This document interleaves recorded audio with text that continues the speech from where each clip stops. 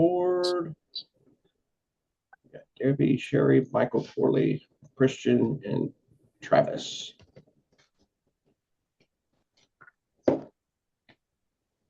Welcome, welcome.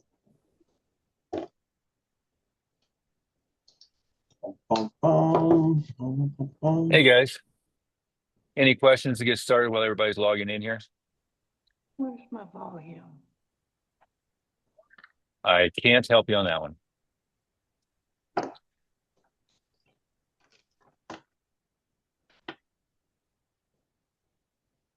No, no questions right off the bat. What looks better, Bob? My fake office or my coffee shop? Well, the fake office, it was interesting. When you backed up for a second, you totally disappeared. So, no, it's not doing it now. It did I it a vote second ago. coffee You shop, disappeared. sir. Yeah, you see? Oh, coffee shop. Okay, Okay. coffee shop. There you go. The yeah, I'm not a big fan of the fake backgrounds, but it's getting pretty good. You know, the even without a green screen. Anyway, good. Let's get started here. And Yeah. Mr. Dunn, I think Penny. Master Smith will probably be a little bit late here. Um, anyway, um, Debbie, James has some questions about scheduling over the holidays.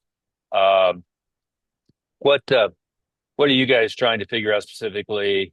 Steve Simi, myself, and Master Smith had all kind of weighed in on that, but um, it's always a good discussion to have. And what you'll tend to find is Master Smith and I come out on complete opposite ends of the spectrum on the answer to that usually, but which is fine. But anybody have any thoughts or questions? Or Debbie, what were you and James trying to figure out there? Um, it looks like he made a decision based on whoever he spoke with. We're going to do family fun classes from December 15th through the 31st. So we'll only have one class at 5:45 every day. And then one on Saturday morning at 11:45. And we'll be running those simultaneously. So I will be teaching the 3 to 7 year olds, and then he'll be teaching like 7 to adults, I guess, whoever all shows up. And then he made a little postcard to send out to each of the families so they all know kind of what the schedule is and when to show up. So I guess he kind of already decided that's what he was going to go with. What are your thoughts on having one class instead of closing? Well, here's and here's Master Smith, so he can argue with me on this point. Here was my take, and my take is again, it's a multi-school perspective, right? So a larger staff perspective as well. But what I was always shooting to do is give the staff somewhere between 8 and 10 or 12 days vacation at that time of year. So what I was always looking to do is create a way to give them the week of July 4th off, and it gives them the period from Christmas to New Year's off. And what you'll hear oftentimes, let's take an extreme, one of the $1 million schools, Jason Purcell. Jason's very, very nice to his staff as far as work hours and expectations. And, if the local Seattle, the most obnoxious liberal labor board in the country probably came in and looked at all of his operations, they'd probably pat him on the back and give him a good employer award. I tend to be at the opposite end of the spectrum. Um, what the fuck are you talking about? A 40-hour work week, you're on commission, you're getting a percentage of the thing. With a martial arts school, sometimes you're working 30 hours that week, other times you're working 65, 70 hours that week. Anytime somebody was asking me for, and by the way, anytime I acquiesce and we started closing Saturdays because they wanted a full weekend off, or I didn't have Monday meetings because they wanted a little longer time on Monday and not open till 3 or 5 o'clock on Monday. And there's all kinds of different things that, you'd practically get, people picketing for when you have a larger staff. Anytime I acquiesced to any of that kind of stuff, including each staff member worked 5 days a week and we were open 6 days a week, but there was, some rotation. It was always FUBAR. It never was the right decision in my mind. So anytime I tried that, now I'm not talking about part-timers, I'm talking about full-timers. So I mean, people who are working full-time, they're getting a percentage of the school, they're compensated for results, and they should be focused on outcomes. So where I'm going with that is, from my standpoint, I was like the obnoxious, I don't care about your kid's soccer game, boss. We've got renewals to do, enrollments to do, except I tried to give them more or less 3 weeks of vacation a year. But I didn't say when they were hired, you have 2 weeks or you have 3 weeks of vacation. What I did was work on organizing the year. So times that were likely to be slow anyway, they could be incentivized to hit big numbers where, if they had hit 75 or 100,000, I mean, this is 20 years ago, cash for December, what the hell do I care that we're, closed for a week or two, right? On the other hand, if they weren't hitting their numbers, we weren't doing that. So my take on it was, on this year, looking at the calendar, I would, if they had hit their numbers, I would have given them either the 24th or the 23rd through the first off. And then we probably would have been back in on the second, which I think the second is actually a Friday. Um, yeah, the second's also a Friday. So it might have actually been, I gave them the 24th through the second off, and then we would have a big, let's get going again, exciting things in the school going on the third to get people back in and then be back on normal schedule on the fifth. As far as doing something like what you did, I never did that. Probably never would have done that. It would, it wouldn't have accomplished any of the objectives I was trying to accomplish. What I wanted to do was have the branch managers have, in today's terms, $4,000 or $5,000 cash in their pocket, and book the trip to the Virgin Islands or go home for the holidays or whatever it was, and have them come back refreshed and excited. Now, to also be fair on the I'm an asshole employer stage, the January 5th through the 9th, typically we were doing every day 10 to 1 or 10 to 2 training to get them back up to snuff on marketing, info call, first intro, second intro, enrollment conference, right? So I was trying to have them finish December around the 20th. If we were having a big renewal push, the last day to do it would be the 20th. And in reality, we would be working that Sunday on the 21st to get renewals in. That'd be the big push. And then anybody who had hit their numbers, and usually I structured it so that there was a cash goal for cash bonuses. There was either a contract amount or a head count of renewals for days off bonuses, right? So if a school had 50 renewals they could do, and they did 75%, which was my benchmark, so whatever that is, 37. If they hit 37 or more renewals, they would have that full period off. And if they hit, 100,000 cash, they'd get an extra, and they're already getting 10 or 12%, but they'd get an extra, say, $5,000 bonus on top of that keep trying to get go into fired. the holidays.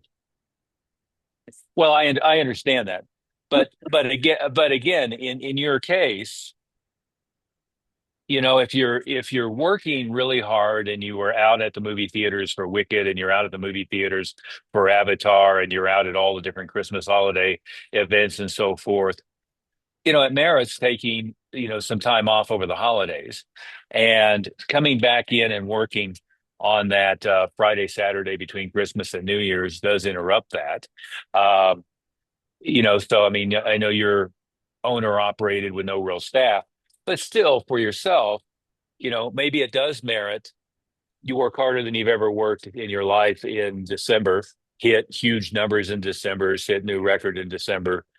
Take some time off, fill in with some skeleton staff, maybe on that Saturday and Monday between the holidays, so people can come in and do something. And otherwise, you're already in Florida. Take a trip to go skiing or something, and not snow skiing, not water skiing. Do something that has some contrast. But that was always my argument. Now, the flip side of that is the more students are gone, the more work you have to do to make sure that they don't just stay gone, right? Now, my concern was always my expectation too on the holidays was awful lot of the kids are, the parents are divorced, they're with dad in Idaho, or they were the grandparents, or they're out of town. You have a pretty good chunk of the school. It doesn't matter what your class schedule is, they ain't going to be there, right? And then you have another chunk of them where, they're doing musicals, or they're going to all the movie blockbusters or whatever. The number one shopping day of the year is actually the day after Christmas, if I understand it. You'll never see the movie theaters busier than the Friday, Saturday after Christmas. You'll never see Disney World busier than the week between Christmas and New Year's. You'll never see the Colorado ski areas busier than the week between Christmas and New Year's. I made the mistake of being in Orlando one time. We were actually there the week before Christmas, but the week before Christmas, there were days that they shut down uh, Magic Kingdom and shut down Epcot because they were at capacity. I'd never heard of that before. They literally shut the gates down, and you can't come in because they have too many people on premises. And the week between Christmas and New Year's, in fact, now I think they have surge pricing, so they actually charge more uh, for those 2 weeks. So you are fighting a headwind of, no matter what your class schedule is, there's a lot of people you're not going to get in. So you've got to make those kinds of decisions. And again, if you don't have staff, it's how am I going to feel? And by the way, none of that applies in my mind to part-timers. Um, part-timers, mostly we're not working them into the ground to begin with. Part-timers, if we wanted to be open on normal schedules over the holiday, I always had a ton of black belts who were off at college who wanted extra jobs, over the summer and over the Christmas break. I could have had triple staffing over the holidays and Christmas break, just because all the kids who are out of college and they're back, and or they're high school, and they can pick up extra hours and so forth. So none of that applies to that. I'm just looking at, what do you do with your full-time staff? And if you're a wimpy employer, oh yeah, you only have to work 5 days a week, and we're going to be open 6 or 7 days a week. We're going to rotate different people in and out, and yeah, we're worried about 40 hours a week, and all that kind of stuff. And yeah, on the days you come in at noon, you can leave at 7. If you're doing all that wimpy stuff, which I wouldn't recommend, then I'm not worried about giving them some extra time because I burn them out. But I was always at the opposite end. When we were at peak, what I never wanted is, I never wanted somebody wanting to take vacation at peak time. And if you just kind of say everybody gets 2 or 3 weeks of vacation a year, inevitably they all want to take vacation the first 2 weeks of September, or middle of April, or sometime when you're at peak times. I always was doing everything I could to avoid that. Anybody have any questions on that, or Master Smith, anything to add to that?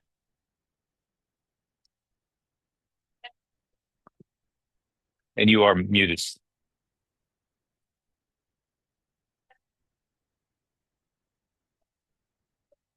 Master Smith. You're still muted. Okay, The lips. I was There you go. I was trying to get unmuted there. Yeah. My screen dropped down, so I couldn't get the button down there.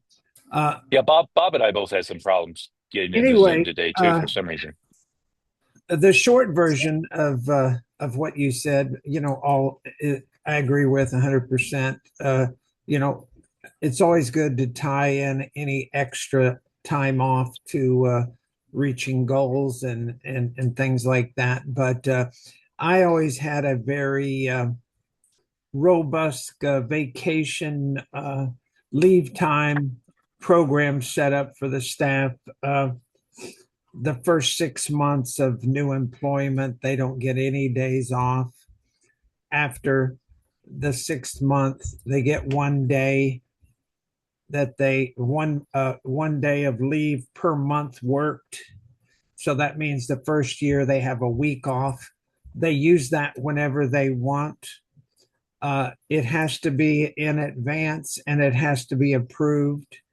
So they don't just tell me when they're off, they're asking. So that eliminates the important times that we have a big black belt event going on or a big blockbuster opening or something that I probably wouldn't approve. Christmas, I close Christmas Eve and Christmas and New Year's Eve and New Year's. If somebody wanted to take vacation during that time, that was fine.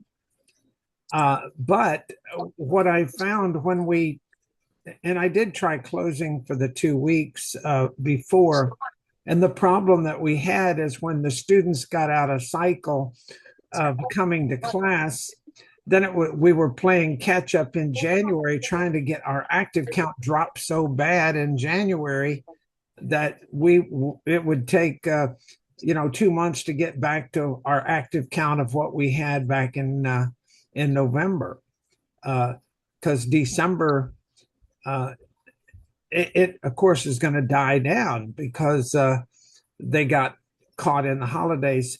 All I did was regular classes, except for the week between Christmas and New Year. That's the week that they have off, no school, doing nothing. They're sitting home, they're bored. They want to do something. So we had special classes. Every day was a special class. We would do like foam chucks one day, bow staff another day, board breaking another day, commas another day. One day we would be doing throws and takedowns.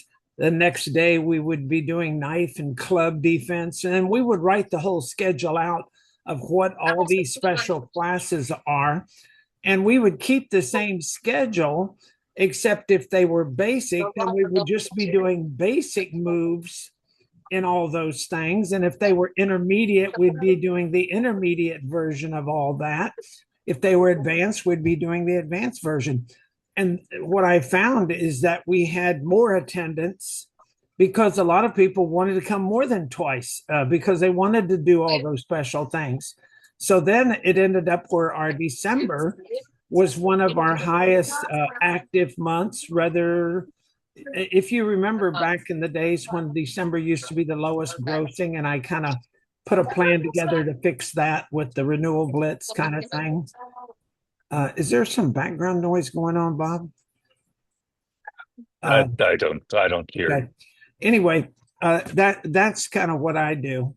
And if we have a staff that wants to be off, we have, like you said, during those holidays, we have plenty of our black belts who have been going to school and come home for the holidays and want to help out and pick up some extra money that were maybe part-time instructors that went away. But all of that would be based on your availability of instructors to fill in if somebody wanted some time off. Yeah, and again, in very practical terms, this year, and every year you got to look at where Christmas falls, where New Year's falls, and so forth. Wednesday, Thursday, right in the middle of prime time in the week is Christmas Eve, Christmas Day, and you're not going to be open either one of those, I would assume. And then you have New Year's Eve, New Year's Day. And I've seen some of the Travis, maybe you did it last year. I forget. I've seen people do special New Year's classes and stuff, but you have New Year's Eve on the Wednesday, New Year's Day on Thursday.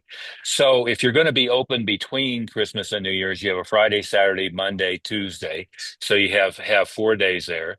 And if you wanted to give your staff a little extra time off, again, I'm talking you or your staff, you could certainly, have class off on Friday and Friday. So now you'd be class on no class 24th, 25th, 26th, class on the 27th, 29th, 30th, no class on the 31st, 1st, and 2nd, and back normal on the 3rd. That's one option. The other option is, as Master Smith said, you just start closed on. And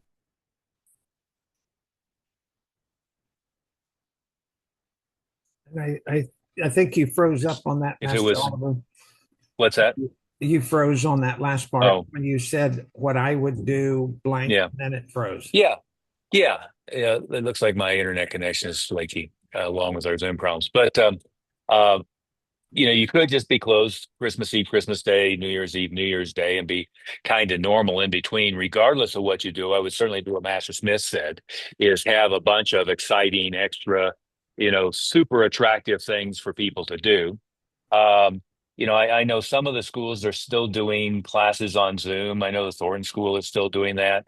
My take on it is I wouldn't be doing that anymore, except, between Christmas and New Year's, and maybe in the summer, it merits doing that, so that if somebody's at Grandma's for 2 weeks, they could plug in on Zoom or something like that, just to stay connected. I think we certainly learned during COVID, nobody wants to take classes remote. And to the extent that you're still doing classes remote, students really don't get very engaged in what you're doing that way. Heck, if we could do what we're doing right now, if we could do that around a conference table once or twice a week, I'd much prefer to do it. Just obviously the geography makes this the best way to do it. Uh, and for that matter, it's a huge improvement. James and Debbie, among others, were around back when we had to do it by teleconference. And the teleconferences were painful. My conclusion was you'd be better off to just send people a CD of whatever you were talking about, because it was very difficult on a teleconference to make it interactive, because you could never see who was there, who wasn't there, and so forth. Um, but anyway, any other thoughts or questions about the actual over the holidays, what to do? And I want to get back to on the actual marketing side, but spend a little bit more time on student retention over the holidays while we're at it. I missed the first part, sir. I was talking to Master Moody, so I've got the 3 weeks. I know Mr. Master Seamy or Seam. I can't remember. I don't know how to pronounce it, but Steve Semi. Steve, yes, he suggested that he just runs his semesters like all year round, and a new semester starts. I'm not going to do that. I think people are kind of in the mode of everything ending at the end of the year instead of something beginning right before Christmas. So I want to run classes, but I want to run one class per day and have it split into two sections, one for our little guys and one for all the traditional guys, because I know it's going to be slow anyway. Um, since I'm not teaching curriculum, I don't want to like do a head start and give them 3 weeks head start in a curriculum and then bore them to death at the beginning of the year with more of the same. What would be the best things to teach over that time? Well, I do think. I just said it. Yeah, yeah, yeah, Yeah, I yeah, missed it. I was on, like I was saying, yeah. I was out the Well. The recording will be in there And this luckily Deb afternoon. was Yeah, yeah, luckily yeah. Deb was on and she heard it So all. So she can relay it all to you. we won't bore everybody by saying it all again. Basically, They didn't hear it the first time, sir. basically, they said you should fire me. No, Well, we said nothing of the sort. Um, but on the semester thing, I think it's possible that we overthink that stuff just a little bit, right? Is if I'm having a test every 2 months and I want them to have 16 classes every 2 months, and the first of the year is starting, I can certainly, you know, have the next one be in 2 months and 2 weeks or something like that. And what we certainly know is most of our students are going to miss a week or two over the summer, and most of our students are going to miss a pretty good chunk of lessons between December 15th and the new year, right? Depending upon when your local schools get out of session for the kids, there's however much they're likely to miss or not miss. So you know that there's going to be some of that stuff. So when you try to be too academic on, here's the semester and here's exactly how many weeks and so forth, I think we tend to overcomplicate things a little bit that way. Um, with what you're trying to do, James, start the new year, have the next testing be a couple of months, and then have it every couple of months after that. That's fine. Um, and you're going to have a little bit of leeway in there. Anyway, what you want to do is, though, you want to make sure every student gets a little bit of a progress update. It doesn't have to be a sit down 30 minutes, but you want to do a little bit of a progress update. You want to get an idea of how long they're going to be gone over the holidays. You want to look at their testing cycle, make sure they're going to stay on track. And if they're going to be gone for 2 weeks or gone for a week, you want to know when they're going to be back, and you want to, have a specific appointment that they're going to be back right when they come back. What's their next class going to be? And have notes for yourself to follow up and hold them to that, right? And again, if there's a time of year maybe that you want to keep the Zoom classes and stuff like that going, this is probably the time of year to do that and encourage people kind of plug in, just so that they keep their fingers into it. Generally, I think I wouldn't be doing any of that stuff anymore. The whole world learned that doing, I don't care whether it's kickboxing or karate or whatever, on a mirror app or whatever, wasn't the way to go. If you don't know the story, pre-COVID, hell, a lot of people in the industry were scared to death that mirror deal. There was a company that had like a full size mirror, and there's a video screen in it, and there were all these classes projected, so you could be at home. It's kind of like Billy Blank's Tybo, but you could watch yourself and you could watch in the mirror and you could do it all. And there was I think some martial arts stuff and some boxing stuff, and I don't know how many people I talked to who were afraid that was going to put us all out of business. I always said, no, it's not, because what we're doing is more social than it is, technical. Um, I turned out to be right because, once you started teaching martial arts classes by Zoom, we learned pretty quickly that it was more social than it was just technical. Somebody staying at home, if the mirror thing was going to work, what would have happened is buying DVDs would have worked. And I have, two uh, friends, I haven't seen them in years, but Matt Fury and Chris Pizzo, who are running that business model, teach you how to defend yourself by sending you a DVD every month, or before that, a VHS tape. And what they both knew is hardly anybody that was subscribed ever opened the shrink wrap on the second video they got. They didn't learn anything. They just never got around to canceling the subscription. When it turned to an online course, very few people. I think the Gracies have a huge following with something like that, but very few people. I mean, it's not nobody, but it's very few people are really learning anything from that. Just isn't the way that human beings function well. Um, same dynamic, by the way, has happened with remote college work. Is you can make an argument that everybody can have free college kids, you can do it all online, but the uh, the people who aren't getting college educated right now are also the ones that need the most human support and the most peer support and human connection, which doesn't happen with the online side. Anyway, anything else about retention over the holidays? It's very important to touch base with all the students, know when they're supposed to be back, keep them on track for their testing, make sure they're very clear on what their timeline is for their testing following the holidays, and then do whatever you think is best. Probably the best for retention would be to have at least a couple of big days, maybe that Saturday, Monday between Christmas and New Year's. On the other hand, get record numbers in November, get record numbers in December, and give yourself some time off might not be a bad way to go either. So, make some decisions on that. Hey, Master Oliver, I've got a quick question for you. I'm driving, so I'm unable to turn my video on, but hoping you could help me. I know it's a little unrelated to today's marketing meeting, but would you be able to take a question about a renewal thing? Okay. Yeah, go ahead. So I have a student that is off to a great start, and they're ready to be renewed, and I gave out the popcorn bucket, and I did the whole process of that. And they, kind of never took action on it. So when I went to follow up, their response was, oh, we're just gonna take it, year by year first, and we'll see if it's something that he wants to continue. And I was just surprised, because we did our folder conference. We made sure that we pre-framed them for renewal in the enrollment conference. We kind of do all the steps right, and I was just kind of surprised that that was the response that I got from the student. Now, in a case like this, how do I convey to them the point that is not the point, and that how do I approach this later on to kind of reactivate them back into the idea of getting Can I started on can I black belt answer training? that one, Master Oliver? Yeah, well, before you do that, the first thing is you don't reactivate them later on. You have to work on them now, Right. right? I mean, that was the language I picked up on is you've got to solve it now. But go ahead, Master Smith.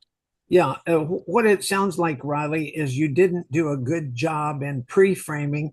You didn't do a good job in telling everybody when they are in their intro that you are a black belt school, that everybody starts off on a basic program, and that program is designed to find out if they want to be a black belt. And if they do, then we're going to show them how to qualify for that later on. And so that way they understand that the basic program is not a continual year to year program. The basic program is 1 year, and that's the program they're on. After that, the only program you have, or the only two programs you have, is the black belt program or the black belt leadership program. We have the basic black belt program, which is X amount of time, and we have our black belt leadership. And we put you through a qualifying process to see which one we think you qualify for. And then after trying a few of those classes, you're going to let us know if that's a good fit, which one of those you want to do, or is that something you don't want to do, that you just want to get the basics down and you really weren't that serious about getting your black belt? Because we are a black belt school. And the only purpose for starting here is to find out if you want to be a black belt. But if not, you'll get the basics. The first year is going to give you the basic foundation of self-defense, some character development, but it's not like getting your degree. It's like going to college. You go for your freshman year, you'll have some college education, but it's not going to help you get your degree. Your degree, takes the full 4 years. Yeah. Does that make it a little more clear, Riley? Yes, absolutely. About the process, for sure. The only thing is, Master Smith, I'm just not convinced that we didn't do a good enough job pre-framing this specific person, because everybody else who's in the same enrollment group as him seemed to be having no You're problem with right. it. Yeah. Yeah. And Right. Riley, Well, okay, Riley, guys, hold on a second. And again, Riley, this is way off topic for today's meeting. But Riley, the short answer is you've got to get them the idea, and this is why I like the term. It's a trial enrollment, not a basic enrollment. The trial enrollment is we're just enrolling you for a trial to see if you're going to qualify to train to black belt or beyond, right? And so if I were having that conversation, just to wrap up on the renewal conversation, is I'd be saying, well, really is two choices. You're going to do a year and drop out, or you're going to make a decision to train to black belt and beyond. And, I was thinking that you had thought you were going to be a black belt. Oh, yeah, that we want to be a black belt. Well, there isn't a do this a year at a time process. We do the trial enrollment. We make a decision whether you're qualified to train to black belt, and you make a decision, of course, whether you're committed to train to black belt, and then we, go into the black belt program or the leadership program. That's kind of the diametric. And then they say, well, can we just wait till the end of the year to decide? Well, sure. I just hate to see you pay the extra $4,000 or $5,000. Well, what do you mean? Well, there's a significant, scholarship or discount at white belt to do that, and we're doing a significant price increase at the beginning of the year. And the other element of language that you really need to use is people who get their black belt decide they're going to be a black belt at white belt. They don't decide they're going to be a black belt at brown belt. They decide they're going to be a black belt at white belt, which is Thank yeah has the benefit of being true, right? Is you. Yes. nobody gets their black belt by saying I'm going to see how much fun it is next month and I'll decide if I'm going to still be here next month. You know, they make a decision to follow through and hit that achievement. Absolutely. Thank you. I didn't mean to derail the conversation. Yeah. I just wanted to know a better way to reiterate to them that that was in fact the process. Yeah, it's a binary decision. Yes, I'm going to be a black belt. No, I'm not going to be a black belt. There is no wait and see, maybe. Absolutely. Thank you very much. Yeah, and you have to be careful how you say that because it can come across kind of rude, but that's what you want the conversation to be, is it's a binary decision. Is you are going to be a black belt, you're not going to be a black belt. There's no wait and see. Yeah, and just to give him an out so he doesn't feel like you're making him make that decision now, you say we do have a few people that do wait till the end of the first year, but most of them, if they want to be a black belt, they want to start on that training earlier. And if you make that decision that you want to be a black belt, we'll start it at blank belt right now. But if you want to wait till the end of the year and see if he's wants to be a black belt, then if he's not ready to make that decision now, you have till the end of the year. Super. Thank you very much. Yeah, and I must say, Matt Smith, I wouldn't say those last two sentences. Only reason I say Yeah. that is because I've had people quit right then. Well, we're not going to be a black belt. He doesn't want to be a black belt, so we're going to quit. And this way, it doesn't. Well, put no, it no, like, nothing that I said indicates that. You could do the year, or you can make a decision to be a black belt. But anyway, moving along because we're off topic. Riley, hopefully that was helpful. That was great. Thank you very much. I appreciate it. Yeah. Good. Okay. Jake, I see you're on the meeting here, as you usually are. I hear you're having some trouble getting your marketing going. Give us an update on what's going on there. Sure. As far as the marketing that we've done, as most of you know, I do mostly adults. We just started our youth program, I think last year, 14 to 17, for our youth program. Other than that, we've always done adults for, I don't know, 30 years now. So that's been the biggest problem, is trying to figure out, like, all right, what in the marketing that most of you all do can I like pick and try to use? So we've done a ton of events. We actually did another event for my kickboxing program, the Women's Expo. I think we got 27 leads. I think we got one to show up already. So we haven't really had the greatest events. I hear that some of your events that you all do, you guys get these big numbers and a lot of people showing up. I'd say that with all of the efforts of confirming and everything, we still only get maybe 10 or 20% show rate from events. Yeah. Well, let's start with the first proposition you just mentioned.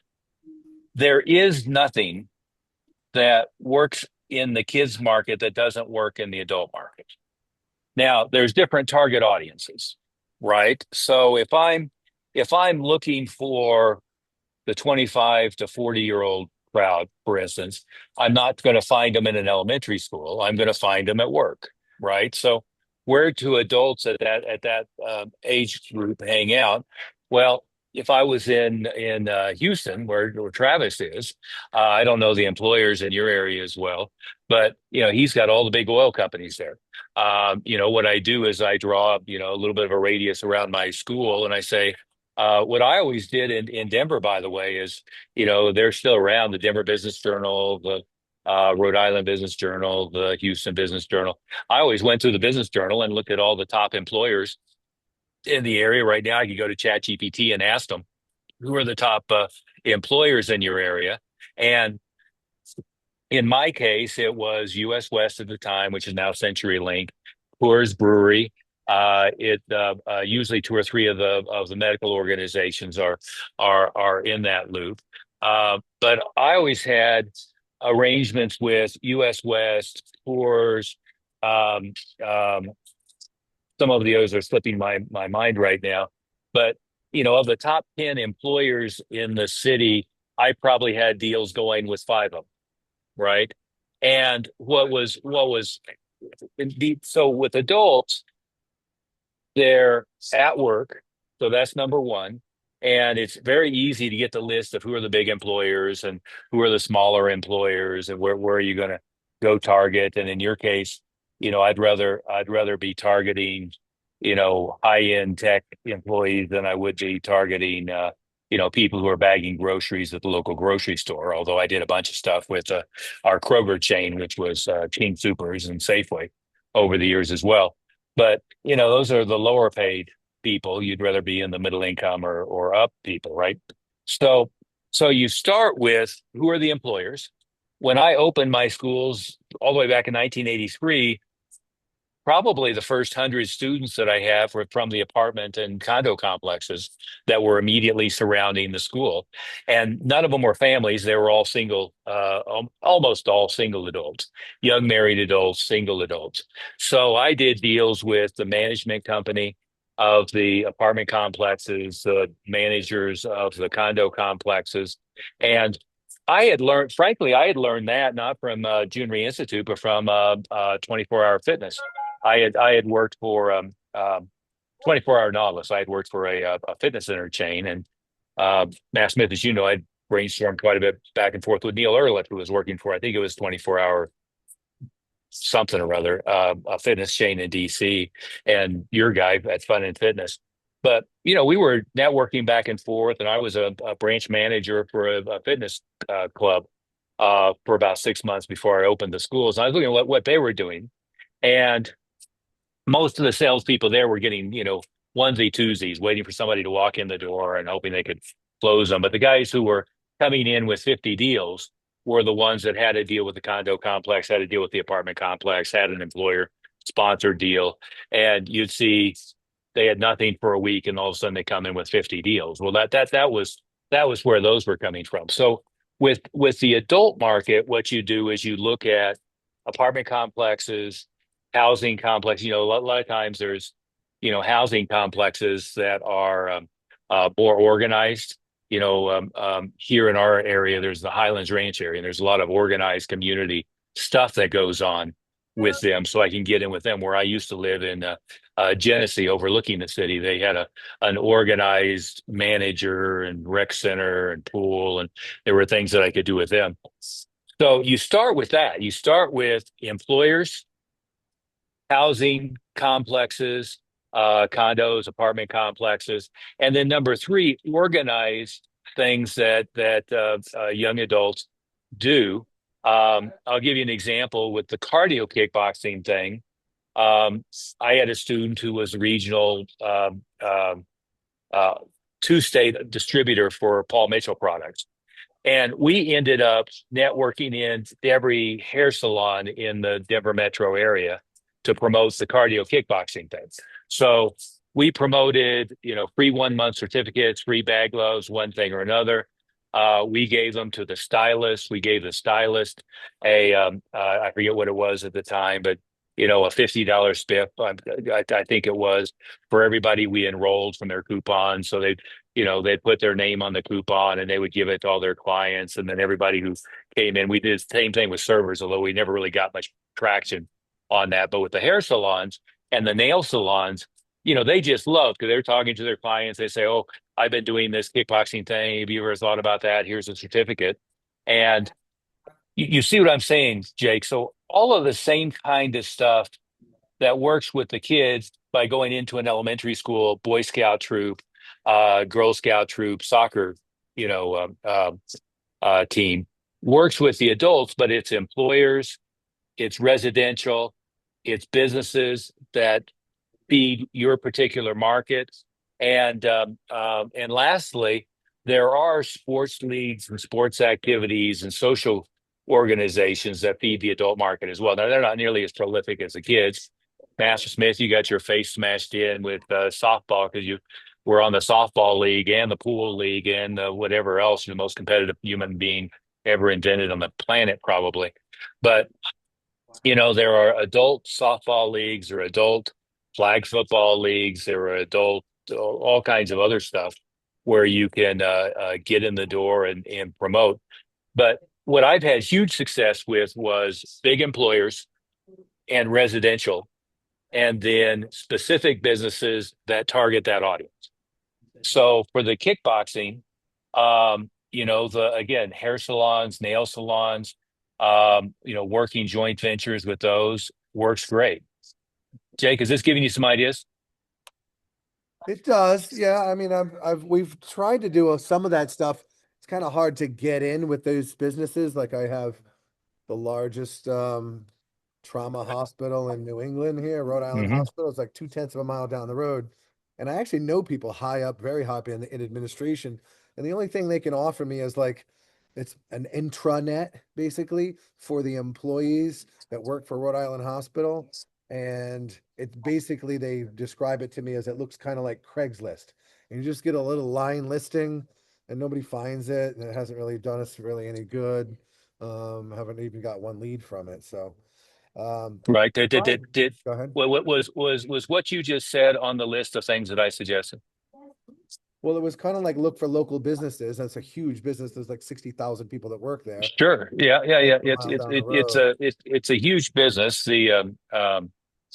Um, if I look at the largest employers in Rhode Island, um, yeah, it's interesting. University of Rhode Island, State of Rhode Island, federal government of Rhode Island, General Dynamics, uh, Care, New England Health Systems, Brown University Health.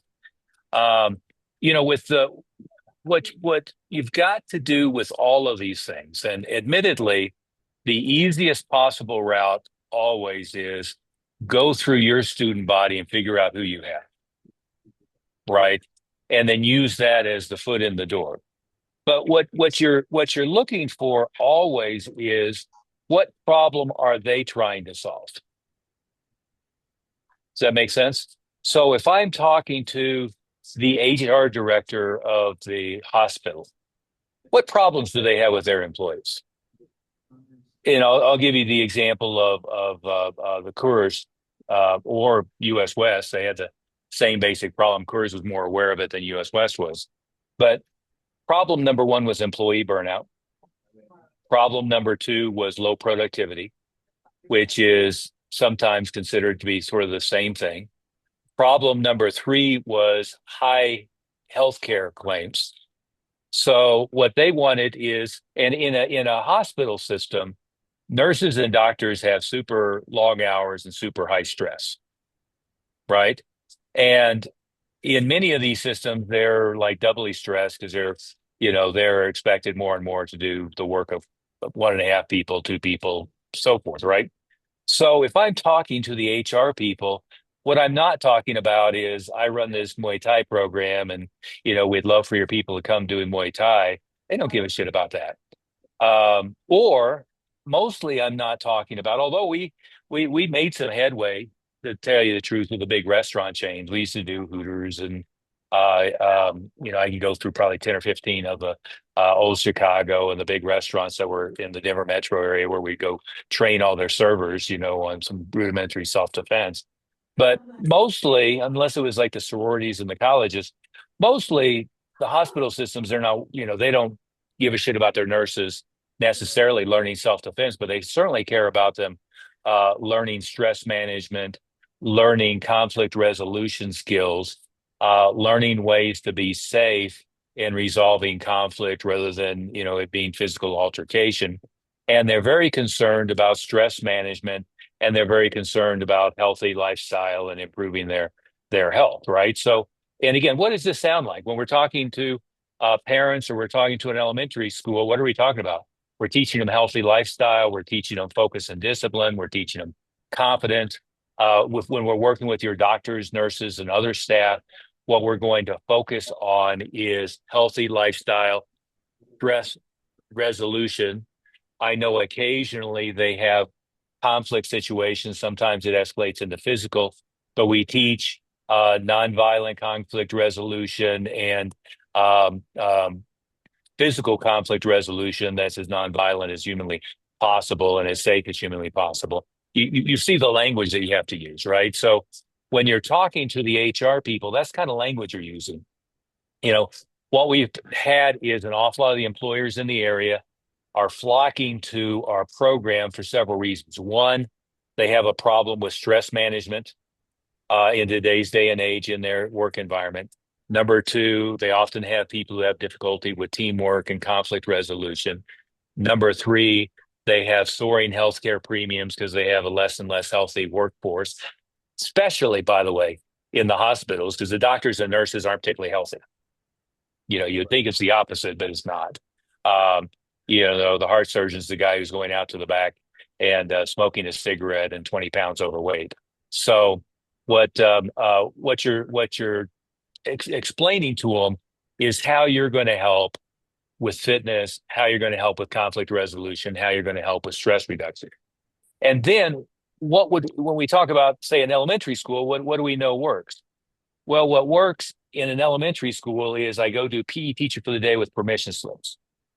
Now, if that PE teacher for the day was with adults, I don't need permission slips. I just need signed waivers when they show up, right? Same thing. So PE teacher for the day started from I was running around to all the big employers, usually in their conference room, teaching a class with Coors. They had their own wellness center. So we could go to the Coors Wellness Center, is a big fitness center, and we could teach a martial arts class there. But we had the clipboards and gave them the waivers, and they'd fill it out before they took it, just like I was going and doing a Boy Scout or a Girl Scout thing. Does that make sense? So what I'm looking for is the reason for permission slips is kids without parents. Adults, I just want the waiver, which is the same thing. I just want their contact information. And then because I have the adult there, I can schedule the follow-up appointment at the same time. And what happened is with an employer, all the same things that work in an elementary school work with an employer. With US West, they had once a year, they rented the local Six Flags, and it was only US West employees. And so we had a booth and we had a table and we had demos and all this stuff at their employees only thing at Six Flags. They had once a year, they rented out the stock show arena, and they had a big US West employees only thing. We had a booth and we had classes and things on the schedule and so forth. See, that's a live event marketing, but it's live event marketing only for a single employer. So, whether it's the hospitals or the universities, they all do stuff like that. Number two, with US West, we had payroll stuffers going out. And of course, today, almost everybody's getting paid electronically, but many of them have a newsletter. Some of them have stupidly defaulted to just electronic with that as well. But anything that they have sending out to employees, what does this sound like? It's just like doing the certificate on the grade report at the end of the school year, but it's sending something out with the payroll, or sending something out with the Christmas cards, or sending something out with the New Year's cards. So you have live events. You have going in and doing the equivalent of PE teacher for the day, which is going in and hosting a class on their premises. And see, a lot of these big employers, they may have an office building with 5 conference rooms where you could go in and promote and go do a class a week for 6 weeks, and you do one is a women's self-defense and the other is a stress management, and you pick the topics, but you can go in and get 20, 30, 40 people all at the same time. You have them fill out the waivers on the way in the door, and you make an appointment for a follow-up on the way in the door, and then you schedule them for an appointment. Is this making sense so far, Jake? And Travis certainly has the same. The question would be, how do I get in? Like you say, when you go and talk to them, who's them? Mm-hmm. How do you get in to talk to them? If it's the HR department, do I just call and ask for the HR department and try to get my foot in the door and try to get face to face with them? I mean, are they that open to that, or I don't know. Well, the easiest way is which is not necessarily the fastest, but the easiest way is you go through everybody in your acquaintance list, you go through everybody in your student body, you go through former students, and you figure out who you have that already have a foot in the door, right? If I was telling people how to get into an elementary school quickest, which is, by the way, it's never what I did, because I just put together the packet, distributed them to 25 schools, and then next day walked in and went and talked to whoever I wanted to. I tend to take the ballsiest possible approach rather than the easiest path. But is that a fair way to say it, Master Smith? Yeah. But the easiest way is you go through your student body and you figure out who you have in your student body. And to be fair, when I did the thing with the electronics store, the $780 million electronics chain, it was because we had the kids of the the chief operations officer, the president, and the sales manager all had their kids in the school. So I facilitated it with them. Um, when I did things with the Denver Broncos and the Denver Nuggets, it's because we ended up with the chief financial officer of it was chief financial officer of the Broncos, and it was the marketing director of the Nuggets. Were both students. But if it was an organization that I didn't have any relationship with, and nowadays it's easy to do. It's much easier to do than it used to be, because you can go to LinkedIn, you can go figure out who's all the key people are in your area. You just go look through LinkedIn, you look for that employer, you find the human resources director or the HR director, figure out who the various C-suite people are. One of the what uses I would use for LinkedIn is I would connect through LinkedIn and you can message back and forth through that.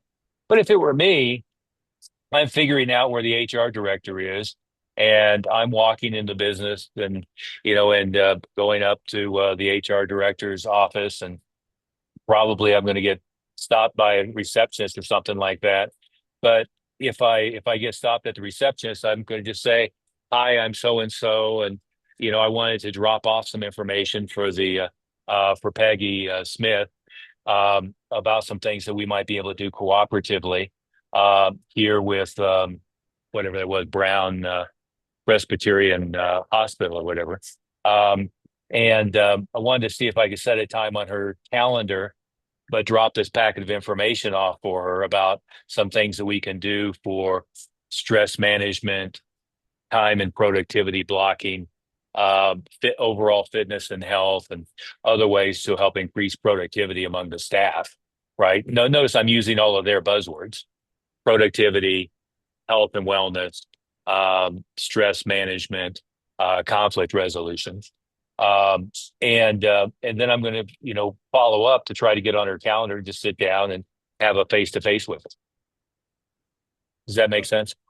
And again, what I'm going to be presenting is not what they're expecting, which is they're expecting pay us $5,000 and we'll come in and do 10 sessions and we'll do this and that and the other things. You're getting pitched on stuff like that all the time. I'm coming in and saying, we'd love to work cooperatively with you.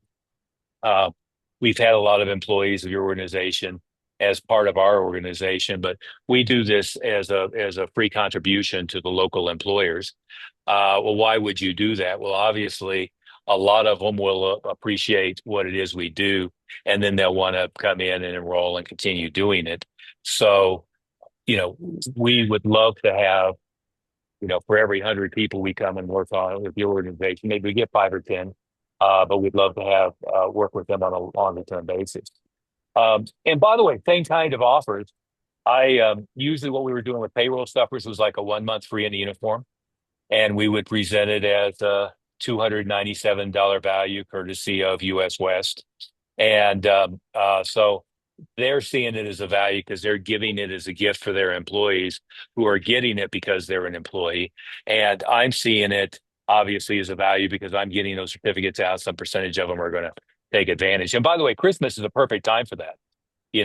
They can hand out $297 value certificates to their employees all day long with zero cost to them.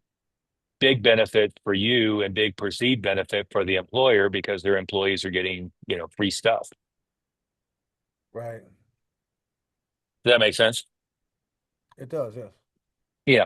Here's the mistake though that gets made, Jake, is when you're marketing your business, and I don't care whether it's a fitness center. Like I said, I ran the number one fitness center in the chain in Colorado for about 6 months. I was their Matt Smith. You remember that I was their number one employee because I took all the Junior Institute sales techniques and used in their health club, and they weren't used to that. I had more renewals. They didn't call them renewals; they called them upgrades. But I had more renewals um, in 1 month in that health club chain than anybody else had in 3 years. Uh, they were so shocked at how that was happening, and what they would do. This is an old story, but they would teach people to call day sheets. What day sheets were is basically the receipts journal with the person's name and phone number, and they would call everybody they had signed up. So if they had signed somebody up on a year, they'd call them to upgrade them to a 4 year. And I said, well, the hell with that. I'm not doing that. So I'd just stand at the front and check everybody's ID card on the way in. And everybody was on a 1 year. I'd sit them down in person and upgrade them. And like I said, they had 36 salespeople, and I did more renewals or upgrades than the other 36 combined. And nobody had ever thought about doing it that way before. It was just shocking. And my theory was, I'm not going to try to renew anybody who's not using the club. Shocking revelation. But with all of this is, again, what I was going to say is it doesn't matter whether it's a weight gym, whether it's adult self defense, whether it's Muay Thai or cardio, kickboxing, whatever it is. You just have to clearly define who it is you're targeting, and then once you clearly define who it is you're targeting, you've got to go figure out where they're hanging out in mass. But with all marketing, the thing is where lazy people hang out today on marketing is they hang out with social media and Google. Is they say, well, I'm going to go as hard in as I can on online marketing. And the big marketing gurus that you see out there, taunting big numbers. See, it's one thing if I have a narrow niche, but I'm hitting the entire United States, or I'm hitting North America, or I'm hitting the entire freaking world. But if I'm hitting a 3 or 5 mile radius, right? Notice the difference. If I'm hitting a 3 or 5 mile radius, there's only so much I'm going to do in order to get a reasonable cost per lead on Facebook and Instagram. And Kate and Link Selling, they do as good a job as anybody I've seen doing that. But there's only a certain number of people they're going to be able to get to respond in any given month. And it doesn't scale well, right? I can't throw double the budget, triple the budget, quadruple the budget, and get double, triple, quadruple the volume. All that happens mostly is my cost per lead keeps escalating because Facebook will take all the money you give it. Google will take all the money you get it, but it's just going to be the cost per lead keeps escalating. So lazy people end up with, I'm just doing online marketing because I don't have time or I don't have staff to do that. Well, it doesn't work that way. You've got to have all the pillars in place. That's why we talk about having a Parthenon. And part of the Parthenon is community outreach. Community outreach would mean with adults, employers, clubs, social organizations. What was the other one? Where they work, clubs that they're involved with, or other businesses that serve that audience. That's one part of community outreach. The other part of community outreach is live events. The next piece is once you're at a reasonable critical mass, you've got every kind of opportunity to do referrals. In my opinion, referrals with adults has always been easier than referrals with kids. Referrals with adult women is the easiest. I get a 23-year-old in for kickboxing or a 29-year-old woman in for kickboxing. It's easy to get her to bring 3 of her friends down. I get an 8-year-old. It's a little bit more difficult. And, to some extent, a 28-year-old adult male is probably the hardest. But the key for referrals is I figure out events that they're comfortable with bringing their friends, number one. And right at the outset, I use isolate faces to have a conversation with them to find out who at work, who in clubs and organizations, who in their social circle might also benefit from doing this and would be valuable to do it with them. And then I get them in right away, right? So if I have adult male, I'm looking for wife or girlfriend, I'm looking for friends, I'm looking for associates at work, I'm looking for associates in their softball league or their other social circles, and I'm looking for that span of influence right at the point of them enrolling. But next, what I'm looking for is I'm looking to have events where they feel comfortable bringing their friends, bringing their associates at work, and so forth. And third, which frankly we don't talk about this enough, is I'm looking for pass along tools where I can give it to students where they would be comfortable sharing it with their friends. Again, what we do in the lazy mode is we default to give them guest passes. I give them 3 guest passes each and tell them to give them to our friends. It doesn't work very well. Guest passes are really impudent. Doesn't mean you shouldn't do it. Doesn't cost very much, but it just doesn't work very well. On the other hand, again, an old story. I had done the first big expensive infomercial we did, and Bill Clark down in Jacksonville, who at the time was predominantly targeting adults. He had basically Nautilus centers combined with Taekwondo schools. So his facilities, Matt Smith, I'm sure you remember that, same as the Mid-America schools. A lot of people, the model was back then they're doing, full-on fitness centers combined with a full-on martial arts school.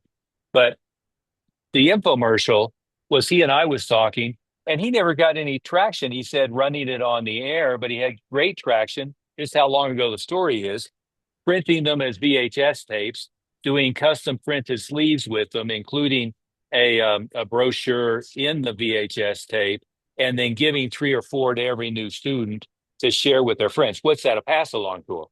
So pass along tools, I've done that with VHS tapes, with DVDs, with business card CD-ROMs back when laptops still use CD-ROMs.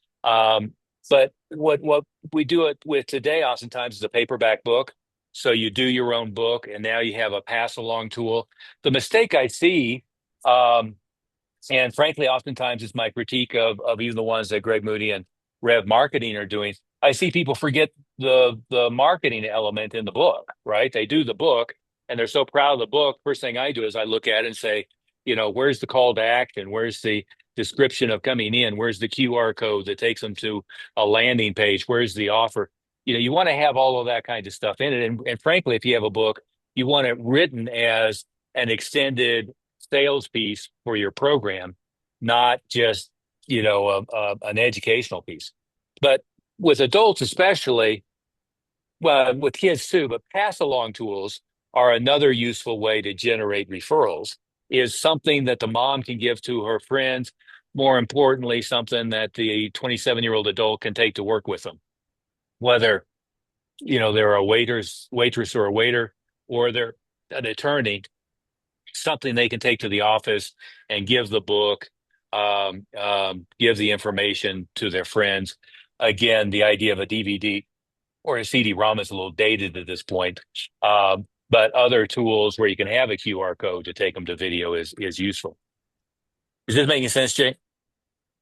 I understand everything you're saying. Yes, sir. Yeah.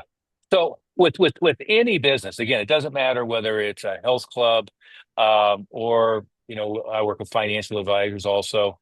But with any business, it's all, how do I get enough fishing lines out there so that I get enough lead flow? And then once I get the lead flow, how do I convert them to paying clients? And then once I convert them to paying clients, how do I have them paying enough that it adds up into something that creates positive net profit? And then how do I keep them long enough, to turn into a high lifetime value? Our structure is I've got to get enough leads to get enough intros to get enough enrollment that I can then get enough renewals. And I've got to have the pricing not sub 200 a month, but closer to 400 a month, where the revenue is adding up. And then I need to have a second tier where I can move them up to another level. And the irony, Master Smith and I behind the scenes laugh about this all the time, is I keep freaking hearing this ridiculous conversation of, well, that stuff you're doing is about kids. It all started with adults. I don't care whether it's, Master Smith used to tell me, well, you can't do that stuff with kids. That was all stuff for adults. You're having the kids read a book. They can't read the books. Like, no, no, no, no.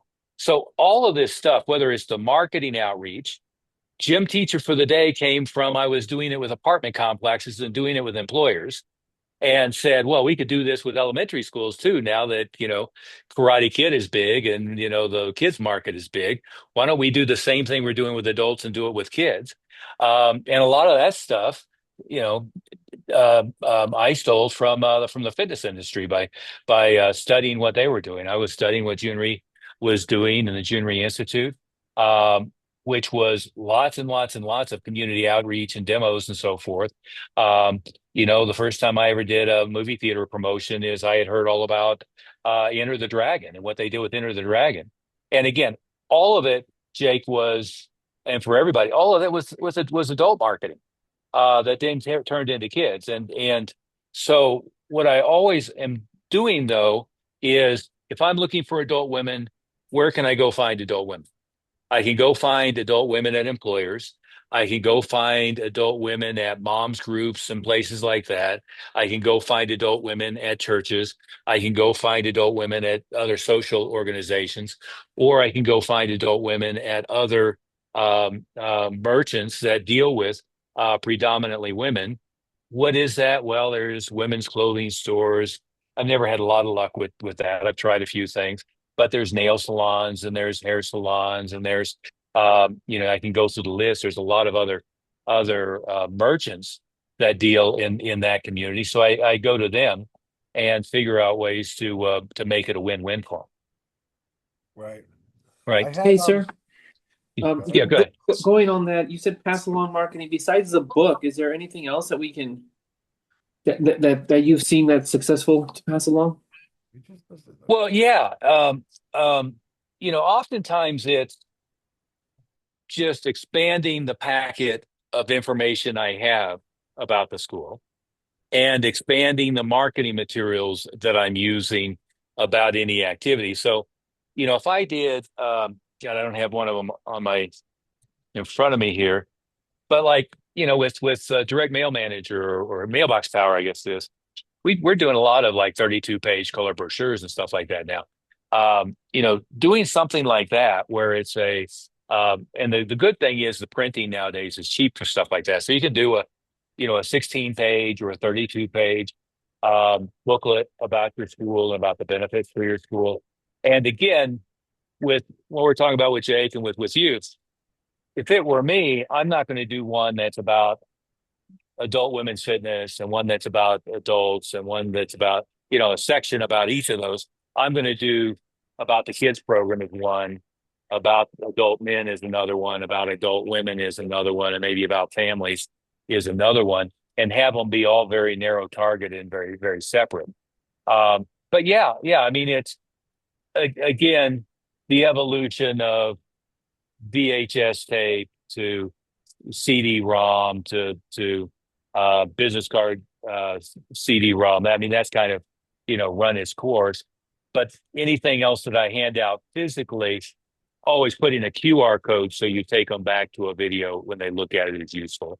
But printed book, whether it be a 50-page book or a 24-page booklet, we have I posted it several times in the group, but I think it's 24-page color booklet that we use. And again, I can do the guest pass that, give everybody 5 of them. I could give them the 1-month pass certificate for Christmas and have a color brochure that goes with it, that kind of things. The more substantive piece they have to share, the better off you are. Jake, did you have a follow-up on that as well when Kristen was? Yeah, I was And just Debbie, just jump in. I wanted to just really ask really quickly.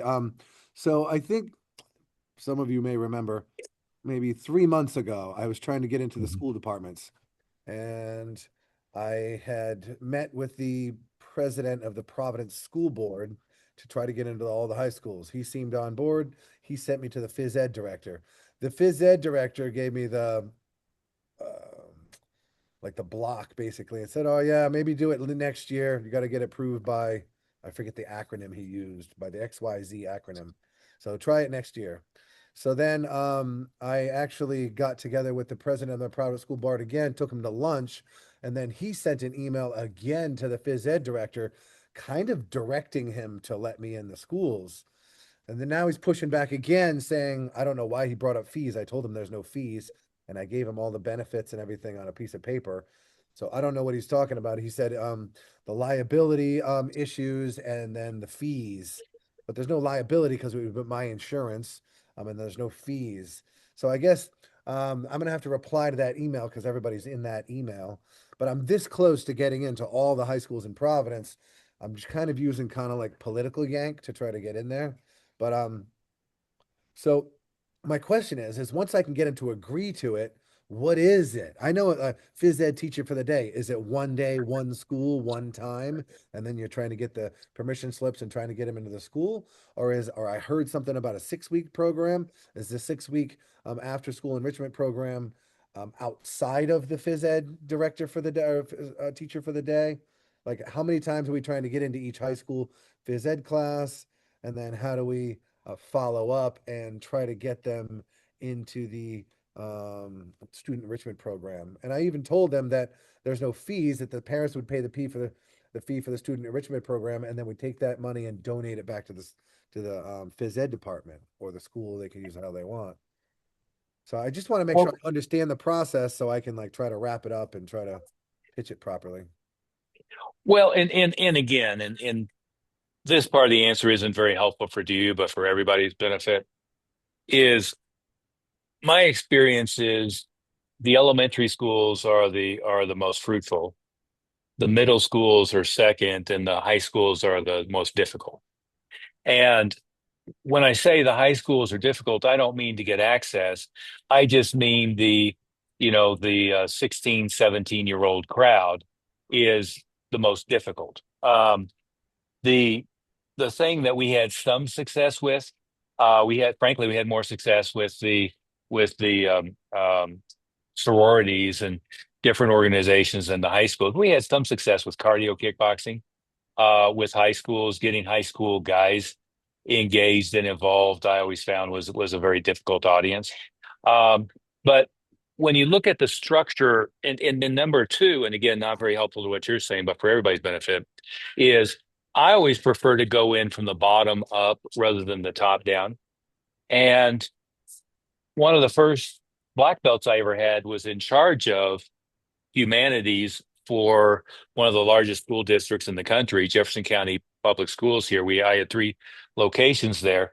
So he was in position where he was in charge of all of the PE teachers. But I still prefer to go to the individual school and get the PE teacher and get the other staff excited rather than try to work my way from the top down, work my way from the bottom up, as far as getting in the door. But the third thing is once you go into a high school, you've got to figure out what the avenue is. See, with high schools, they have varied start times, they have varied end times. You have a chunk of the kids who drive themselves back and forth to school. You have, a fairly many times a fairly limited number of the kids who actually are taking a PE class at any one time.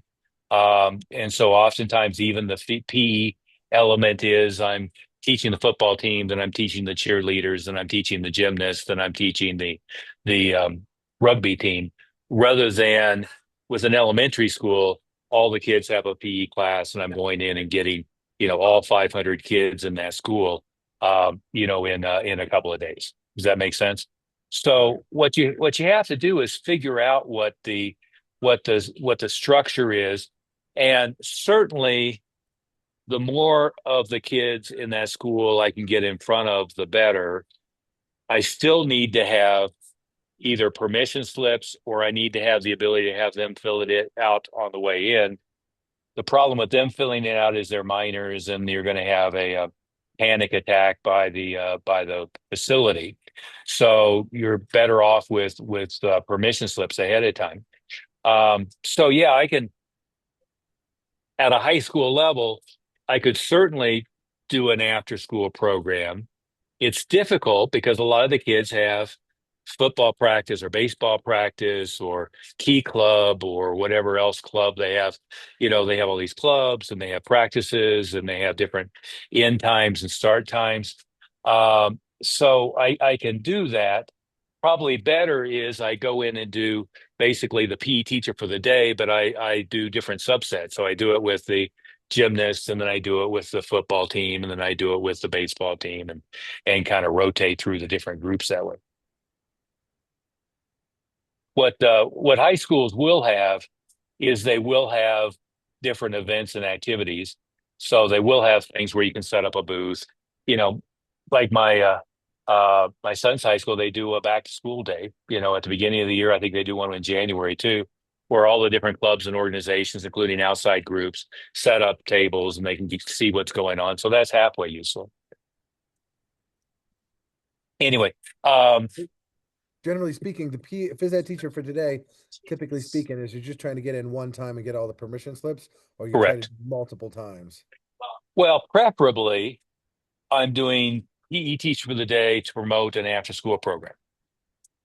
But again, the problem with most high schools is the kids' schedules and the activities are much more fractured and differentiated than an elementary school would be, right? An elementary school, they all get out at 3:15. You can do something right after school. There's oftentimes not much else that's going on in conflict with it at the school.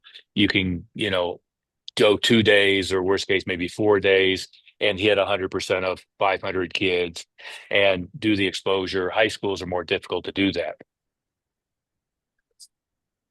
Like the high school my son's in, as far as I can remember, he hasn't had anything that I would consider a PE class. I'm not sure they even have like a PE class. They have sports leagues, sports clubs.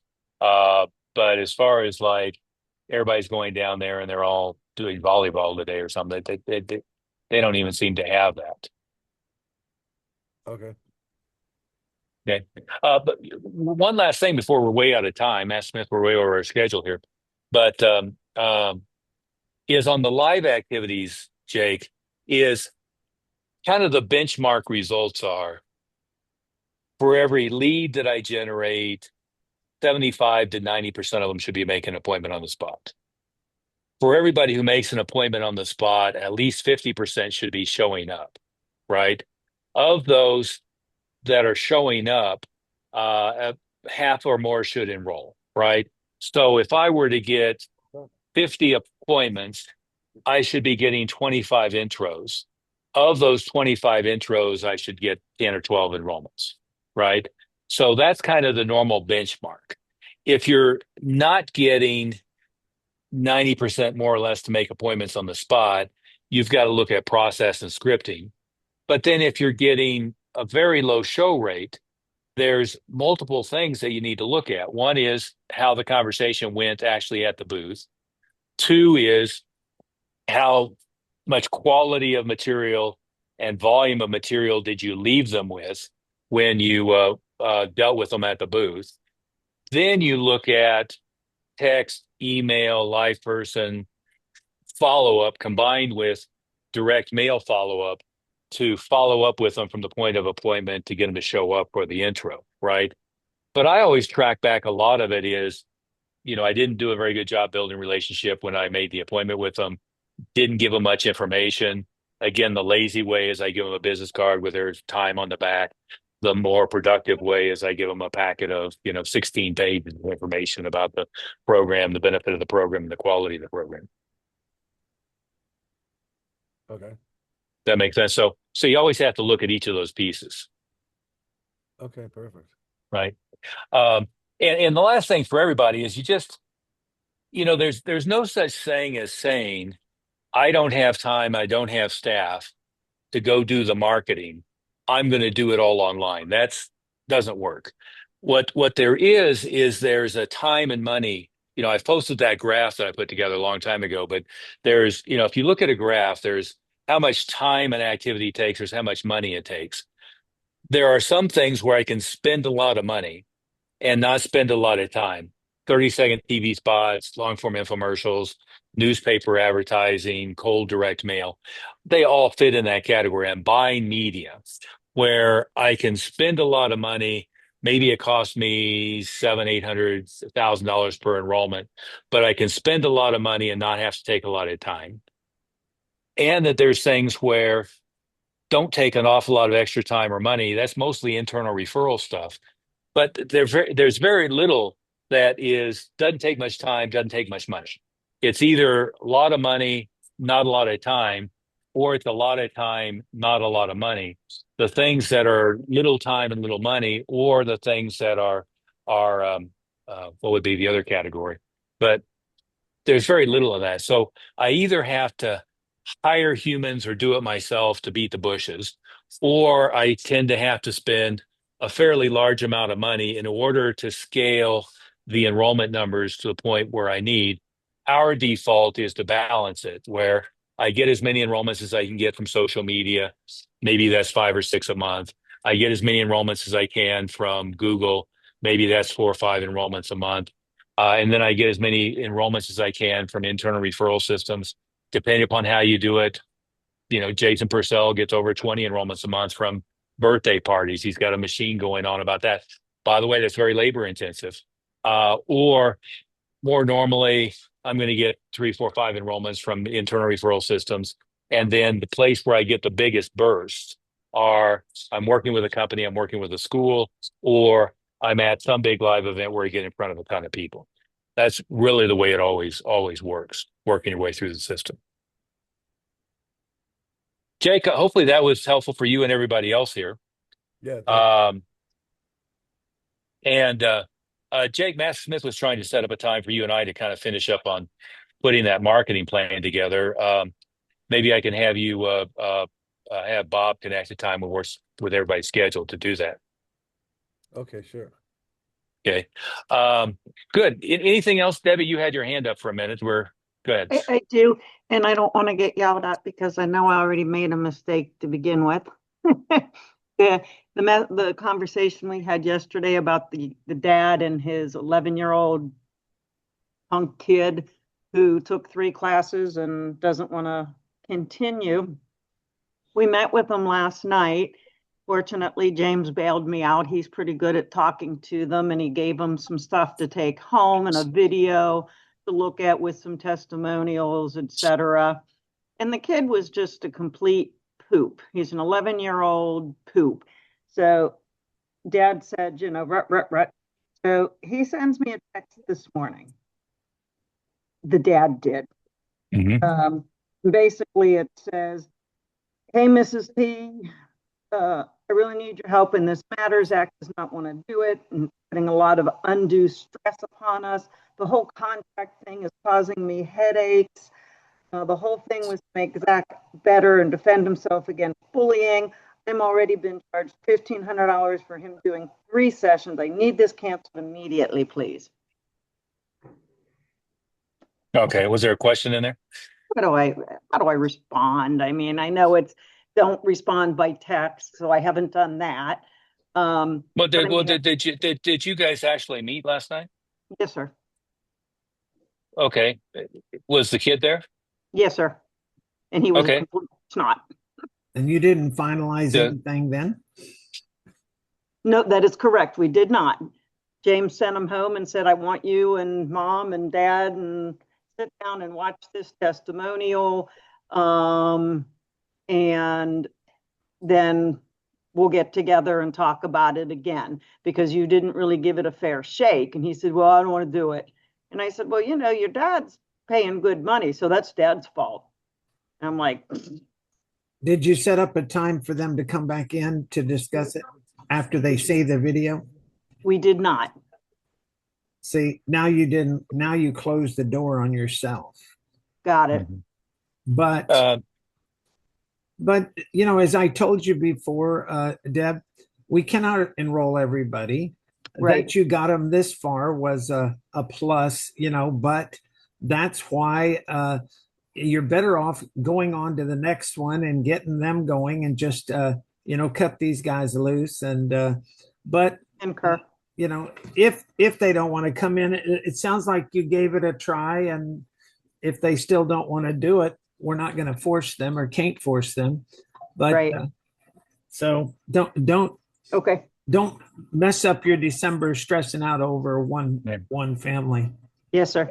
Master Smith, I believe we're on with Steve and Amanda in the other room. Is that That's at right? 4 o'clock. Oh, At that's four- it. Okay. Well, the calendar says 4. I understood it was right now. Oh, okay. I'll go over One. there. I'll go over there. I haven't heard anything more about it, to tell you the truth, but Okay. that was my understanding. Um, Debbie, to finish up on that, you kind of sales rule number one is you never leave a conversation without having a follow Another up for the question. next conversation, right? Yeah. Um, and so you never leave anything open ended because open ended it just dies, right?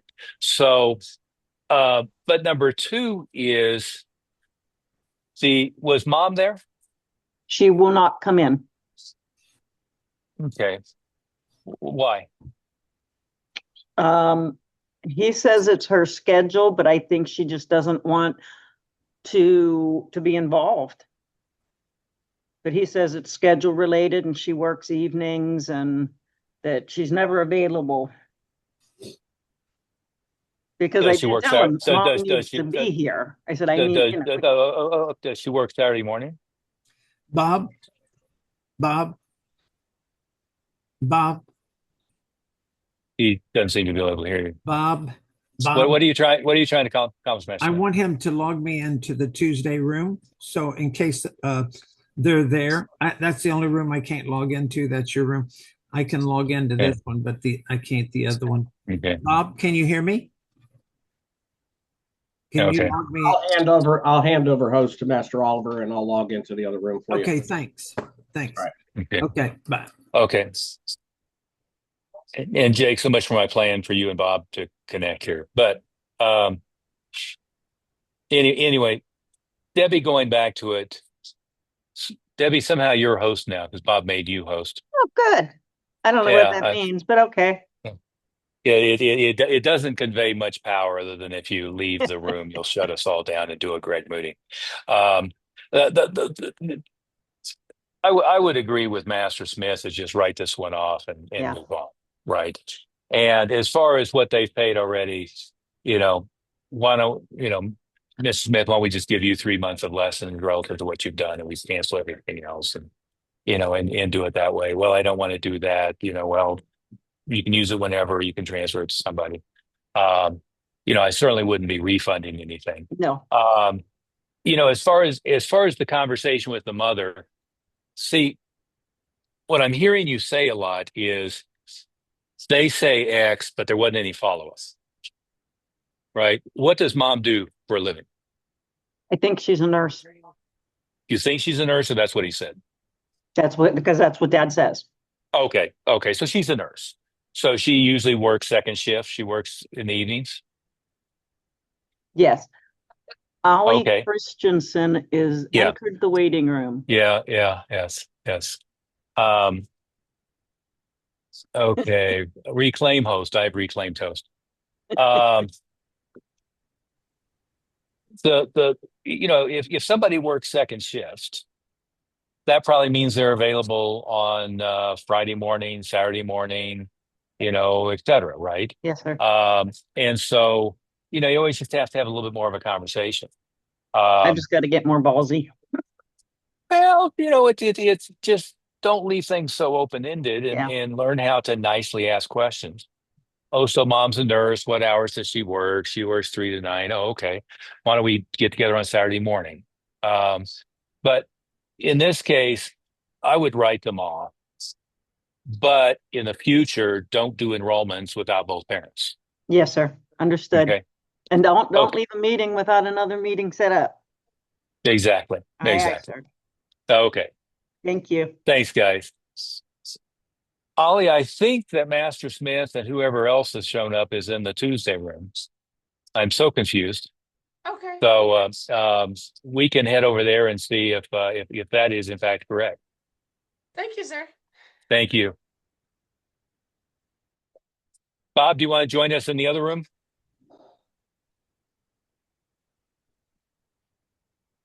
Hey, sir, Hello, I'm Bob. back. Yeah, do you want to join us back in the other room? Who, me?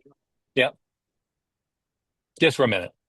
Oh, okay. Okay. Okay. Sure. Bye.